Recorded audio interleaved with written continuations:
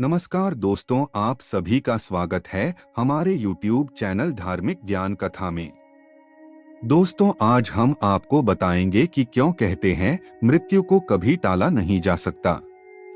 दोस्तों, आगे बढ़ने से पहले आपने अगर चैनल को सब्सक्राइब नहीं किया होगा तो प्लीज चैनल को सब्सक्राइब करें, वीडियो को लाइक और शेयर जरूर करें। तो आइए दोस्तों देखते हैं इसके पीछे का कारण। दोस्तों, जन्म और मृत्यु दो ऐसे सत्य है जिन्हें चाहकर भी कोई बदल नहीं सकता।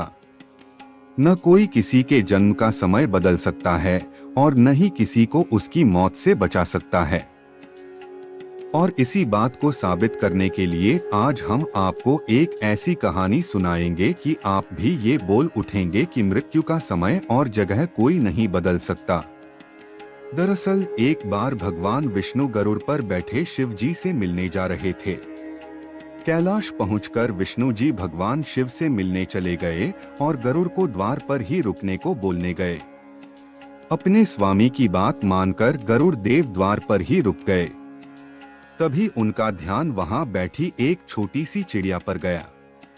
वो चिड़िया देखने में जितनी सुंदर थी उतनी ही चंचल भी। उसकी हरकतें बार बार गरुड़ देव का ध्यान अपनी ओर खींच रही थी।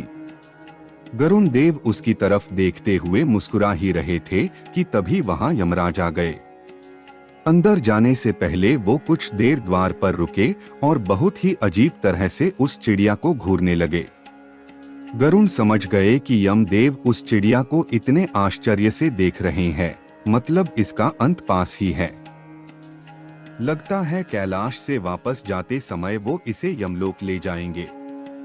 यमदेव तो शिव जी से मिलने अंदर चले गए, लेकिन गरुड़ देव को ये चिंता खाए जा रही थी।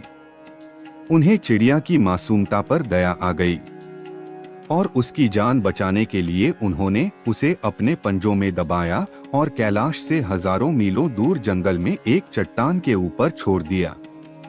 अब मन ही मन वो इस बात से बहुत खुश हो रहे थे कि अब इस प्यारी सी चिड़िया की जान बच जाएगी। गरुड़ देव वापस आए तो देखा यमराज कैलाश से वापस जा रहे हैं। उनसे रहा नहीं गया और उन्होंने यमदेव को रोककर उनसे पूछा ही लिया, प्रभु, आप उस मासूम चिड़िया को इतने आश्चर्य से क्यों देख रहे थे? यमदेव ने कहा, गरुड़, उस चिड़िया की मृत्यु निकट थी, पर वो कैलाश में नहीं, यहाँ से बहुत दूर एक जगह पर होनी थी। मैं यही सोच रहा था कि ये छोटी सी चिड़िया इतनी जल्दी उड़कर हजारों कोस दूर कैसे जाएगी, पर अब वो यहाँ नहीं है। इसका मतलब वो वहाँ पहुँच चुकी है जहाँ उसकी मृत्यु होनी थी और अब तक उसकी मृत्यु हो भी चुकी होगी। गरुड़ देव को खुद के किए पर बहुत पछतावा हुआ, क्योंकि वो स्वयं उस चिड़िया को वहां छोड़कर आए थे। लेकिन वो इस बात को समझ चुके थे कि किसी भी जीव की मृत्यु का समय तो तय होता ही है, साथ ही उसका स्थान भी पहले ही निश्चित हो चुका होता है। आप सबके साथ चतुराई कर सकते हैं, लेकिन मृत्यु के साथ नहीं। दोस्तों, क्या आप जानते हैं मृत्यु का देवता कहे जाने वाले यमराज किसके पुत्र है?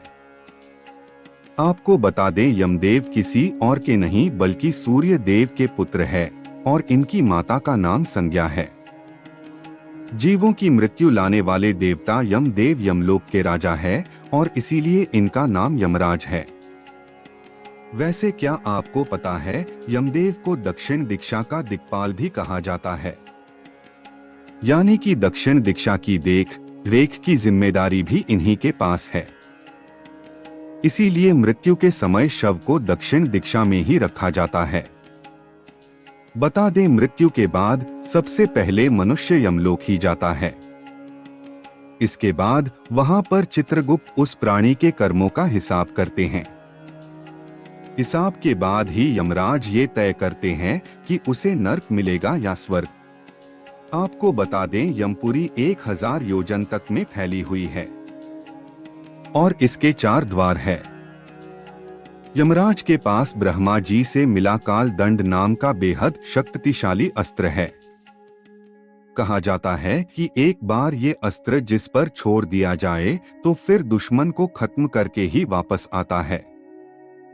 यमराज ने एक बार ये अस्त्र रावण पर भी छोड़ना चाहा था, लेकिन तभी ब्रह्मा जी ने उन्हें ये कहकर रोक दिया था कि मैं रावण को वरदान दे चुका हूं, अगर रावण की मृत्यु हो जाती है तो मेरी बात झूठी साबित हो जाएगी, इसलिए आप इस अस्त्र का इस्तेमाल रावण पर न करें। तो दोस्तों, कैसी लगी आज की हमारी यह कथा? हम आशा करते हैं कि आपको जरूर पसंद आई होगी। तो चलिए दोस्तों, मिलते हैं अगले वीडियो में। तब तक के लिए खुश रहिए, स्वस्थ रहिए और मस्त रहिए। धन्यवाद दोस्तों।